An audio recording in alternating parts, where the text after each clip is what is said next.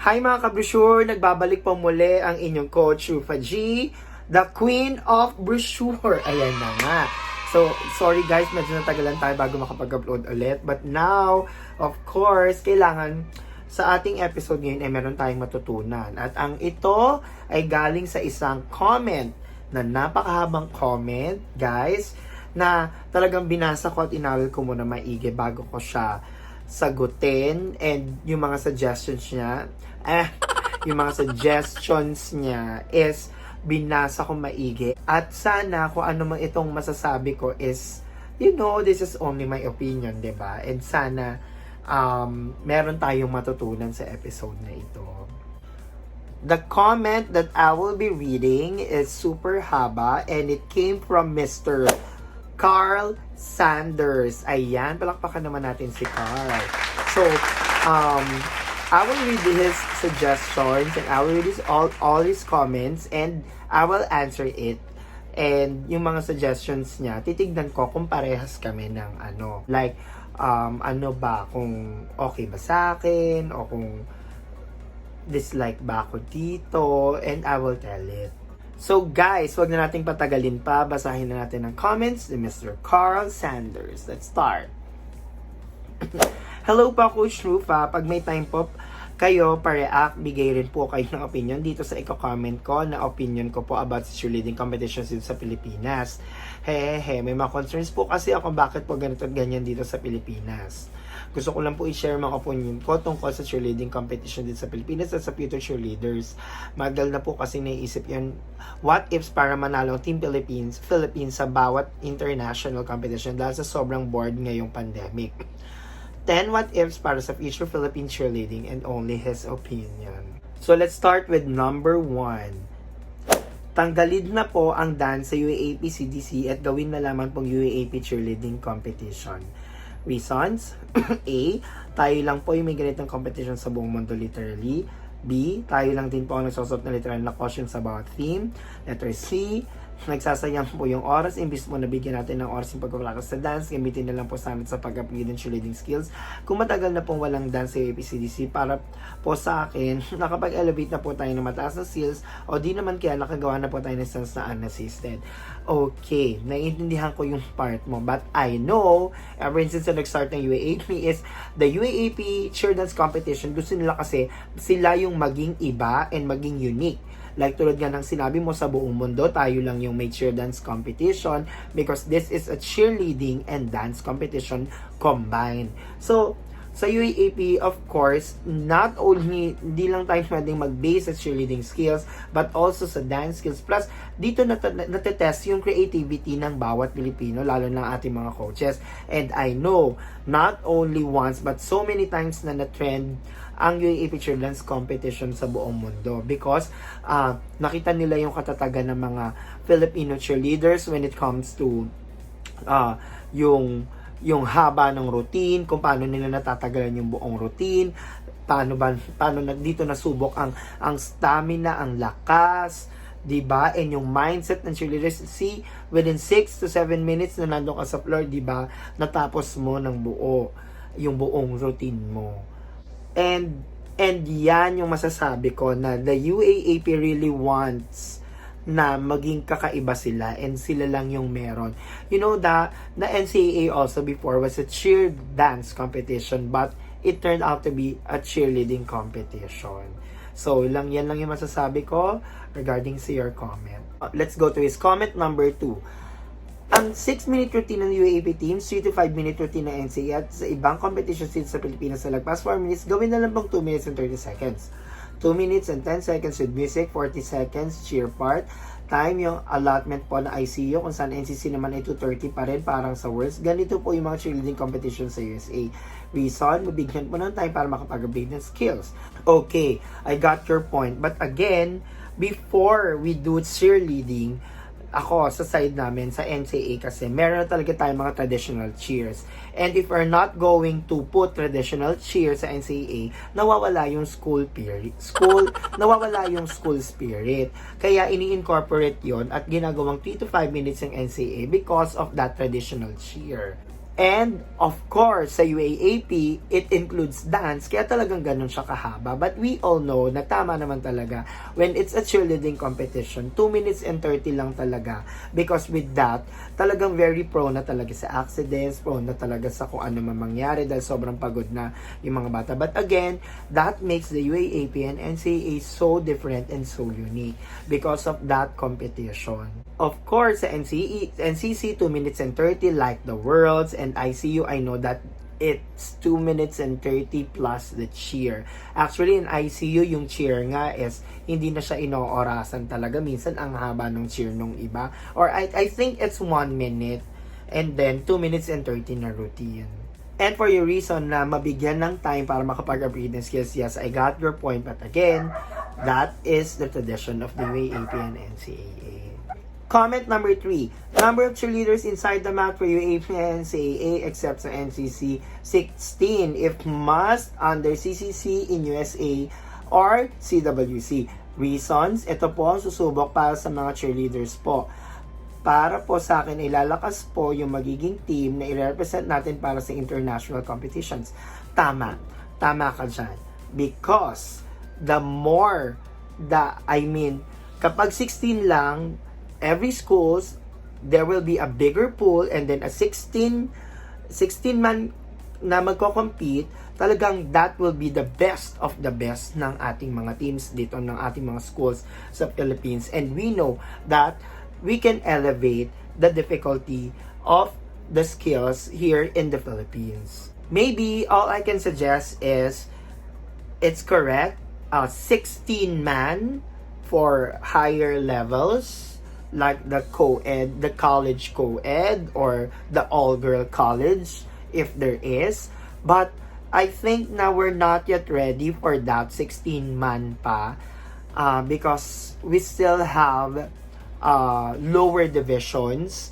And sa level 5, parang mas okay sa akin for large co-ed pag mas marami, and large all-girl, parang mas madaming mas magagawa with that lower levels. But I strongly suggest, tama yung sinasabi mo, that will be for level 6. Kasama mo ka dyan. Tumpak tayo dyan. Comment number 4. I-apply po natin purely ang ICU rules sa UAAP at NCAA, meaning walang double full tumbling, double full rewind, etc. Kung sa NCC naman po ay pwede pong i-allowed ang double full tumblings except sa iba pang skills na illegal. Kung pwede po ay apply na dito ang IAASF or USASF or Worlds. Reasons. Kapag in-apply po na po ito, para po sa akin ay hindi nyo na po problemahin gumawa ng skills na hindi naman po approved sa ICU rules o Worlds, IAASF or USASF rules. Mabibigyan din ng time para makapag-elevate ng skills. May chance ang magkaroon tayo ng laban sa Worlds pati sa ICU. Competing against sa mga skillful na cheer teams sa gaya ng Top Gun, Wildcats, etc. sa Worlds at US National Team, Chinese Taipei, Canada, Mexico, etc. sa ICU. Ayan. Yes, we can apply the ICU rules as soon as possible.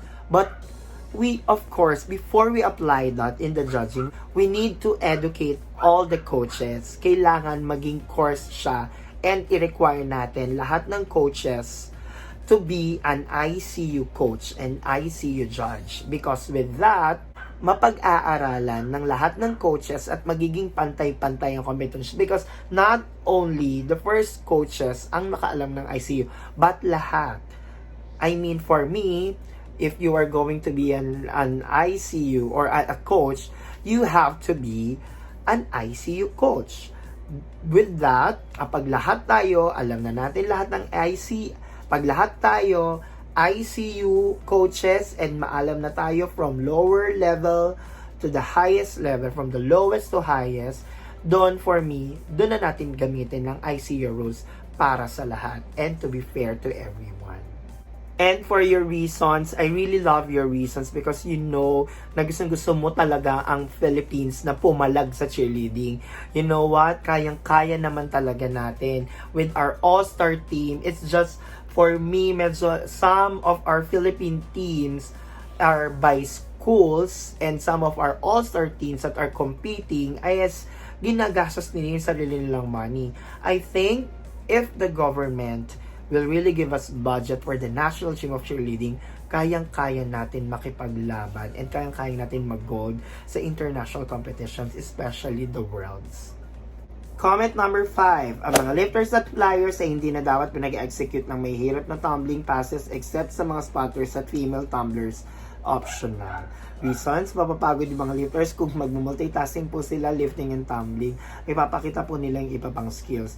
For me, hindi natin masasabi yan when it comes to the coaches kung ano yung gusto nilang latag sa routine. But, in ICU, team tumbling is important. So, I think if you can do liftings and you can use stunts and you can toss, of course you can do your gymnastics. So the more members of the team that will do gymnastics, the higher the score that they will get. Kaya lahat talaga, lalo sa 16 man, lahat gymnastics and lahat stunts. So again, syempre depende na sa latag ng coach yan and depende sa kakayanan ng mga members niya kung gaano ang itatagal sa loob ng routine, kung kaya ba nila yung buong routine, kung isusugal ba nila yung buong routine, or they will play it safe. Sa cheerleading naman talaga kasi syempre, some teams susugal, some teams hindi susugal, but they can hit the routine. But some teams really pull off the routine kahit nasugal ng routine nila because they really prepared so hard for that. They really prepared ng todo. Comment number 6. Magkaroon po sana ng all-girl premiere, all-girl group stunts at partner stunts competition sa UAAP and NCAA. Reasons, mapapalaban pa mga flyers and leapers. B, may apply nila international competitions. Ayan, I got your point also with that. Pero, maybe time will come na magkakaroon tayo ng ganyang divisions. Siguro, in time. Kasi you know naman na we are just a small country compared to the USA na yung state nila, how many states they have, and yung state nila mas malalaki pa sa ano natin. Kumbaga parang we consider ourselves as only the state we consider na yung laki ng Philippines natin is just a state in USA. So maybe darating tayo sa time na magkakaroon tayo ng ganyang divisions para ma-level up pa yung skills natin when it comes to stunting and of course depende rin sa school natin sa UAAP and NCAA kasi alam natin na some schools can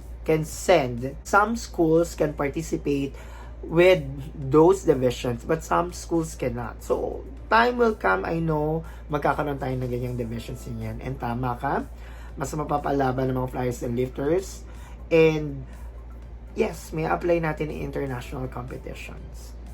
Comment number 7. Magkaroon ng junior cheerleading like junior co-ed advanced at all-girl advanced. Meron na dito sa Pilipinas, 16-year-old below in the rules of ICU or ICU Juniors World Championship. Maybe 10% maaaring magkaroon, maaaring hindi dahil sa kakulangan ng mga equipment, safety at coaches para sa mga bata. Saan na din po ay magkaroon ng para-cheer team dito sa Pilipinas. Meron na ata or nagpapala kung hindi ako nagkakamali. Reasons, mahasa po ang mga bata pagdating sa cheerleading. Magkakaroon po sa experience ang para-cheerleaders. Yes, tama yan. I know, I really don't know kung meron ng para cheerleading, but I know to other sports meron na for that. Tapos I think masasagot ko ngayon yung comment mo dahil magkakaroon na talaga because I know that there will be a cheer dance competition in elementary and high school. Cheerleading, I think in DepEd will be pushing the cheerleading in grade school and high school. Ganun lang naman talaga, like para hanggang sa palarong pambansa, 'di ba? So, I know na magkakaroon tayo ng mga ganyang lower divisions and once na maipush yan sa DepEd, I know that all the schools will have their program from the lowest division. Unti-unti yan. Kapag meron na, syempre magkakaroon tayo ng coaches and magkakaroon tayo ng seminar and of course, we will push ICU para mas lalo nating maintindihan ang cheerleading. Comment number 8. Hindi po dapat sumali ang buong university team Hindi po maaaring sumali ang buong university cheer team sa ICU. Opinion. Reason, para po sa akin, hindi ako naniniwala na kapag nanalo, first place ang isang buong team sa kahit anong competition ay magkakaparehas ang galing at lakas ng bawat cheerleader sa loob ng team.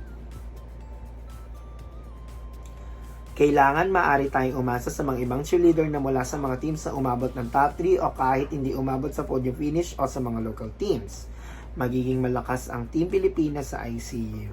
Okay, got your point. But again, ang unahin natin, pagdating sa international competitions, ang budget. Kaya nagpapadala ang school to represent the Philippines because they already have their budget and binudgetan talaga sila ng school to compete, diba? Pero kung ako tatanungin, yes, if we are going to send all-star teams, mas malakas. Ang kailangan natin, budget, maka naman, ganon. Comment number 9, hindi lang dapat basta marunong mag-execute ng skills at lahat ay nakakagawa. Dapat ay tamang pag-execute ng skills at lahat nakakagawa. Reasons, para maging malinis at maayos ang mga skills. Maayos ang mga skills. Sa score sheet ng ICU, may audience impact po doon. Kung hindi po ako nagkakamali, additional score. Sa ICU, sa pagkakaalam ko, unahin na natin yung audience impact. I think wala. The two sa pinakababang score sheet natin, we have the overall and the flow. Yan ang meron. But the audience impact is wala. Plus,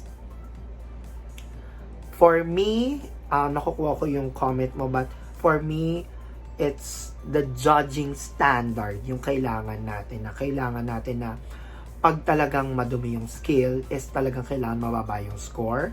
Kapag may fall, kailangan talaga may fall at talagang mahirapan na manalo at makahabol.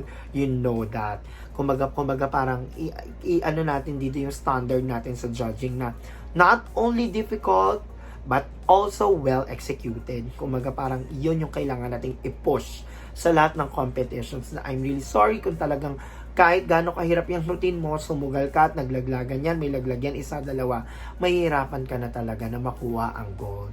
Para every team will practice proper technique and proper form. How to throw, how to dismount, how to catch, how to mount, lahat yan properly executed. Dahil alam nila na when it comes to dahil once na nalaman nila na ang judging ay ganun nakataas ang standards, talagang aayusin ng lahat. From the basic at alam ng coaches ang gagawin nila pag ganun ang nangyari. His comment number 10, magandang program, marami at maayos na equipment, tamang diet at spring mat. Kung ang tanong po ay mananalo po ba ang isang university cheer team sa Co-ed Elite ICU, para po sa akin ay may chance pa dahil kung magkakaroon na po ng competition sa ICU, ang mga malalakas na kalaban sa level 5 ay Colombia, Ecuador, New Zealand at iba pa. Kung pag-uusapan natin ng Co-ed Premier, malabo po na mapasok sa top 3 dahil malalakas ang team sa kategory na yan. Kung ikukumpara ang routine na ginagawa din sa Pilipinas, dun sa mga ginawa ng mga dominant team sa level 6, ay malayo pagdating sa mga elements na sa stance at pyramid unless puro errors yung mga kalaban. Sa Worlds, kung may competition na naganap ngayon, masusurpass nila ang team ng Colombia, pero palagi ko almost sila makapasok sa top 3-4 place. Ang kalaban dito ay Wildcats, Classics, Canada Black Paris, California Reckless, etc. Opinion lang lamang po ito. Tama yan. Kitang-kita ko talaga yung passion mo. So, ramdam na ramdam ko na gusto mo talaga manalo ang Philippines. But again, when it comes to the equipments, syempre, ang kailangan talaga natin dyan, ito, at supporta ng ating government. So, please, Philippine government, supportahan ninyo ang cheerleading. We can bring home the gold. Start tayo ng level 5, kasi yan yung kayang-kaya natin sumabay. Kayang-kaya. Ipunin na natin ang best cheerleaders natin for all-star level 5. We can do it. And then, step by step, once na maayos natin ang program natin dito sa Philippines at talagang sinusuportahan ng government and maraming non-government organizations ang sumusuporta with competitions, with proper competitions, I know level 6 magkakaroon din tayo ng level 6 na team like the premier one. And he has a note, Cheer fan po ako pero never po ako naging cheerleader. Sumali sa mga ganyang competition dahil wala pong mga ganyan dito sa lugar namin. Want to be a cheerleader, 17 years old lang po ako at matagal na po ako nanonood ng cheerleading simula no 11 years old po ako. Gusto ko po sabihin na may kulang pa rin po yung kaalaman ko pagdating sa cheerleading pero naging observer po ako. You know what? I'm very very thankful dahil at your young age talagang nakita mo kung ano yung mga pagkukulang, kung ano yung mga kulang sa program natin dito sa when it comes sa program natin dito sa Philippines when it comes to cheerleading. Kudos to you, Mr. Carl Sanders, and talagang ginawa kong content tong comment mo because it makes sense. Talagang binasa ko siya talaga, and here are all my opinions. I hope na meron kang natutunan, and to all the mga kabrochures, to all the cheerleaders out there, retired cheerleaders, future coaches, and future cheerleaders, I hope na meron kayong natutunan sa vlog na ito. Again, this is your Coach Rufa G, ang inyong Queen of Brochure na nagiiwan ng mga katagang Rufa G without H is like a sea without a fish, a shell without a pearl, and a body without a soul. And I thank you.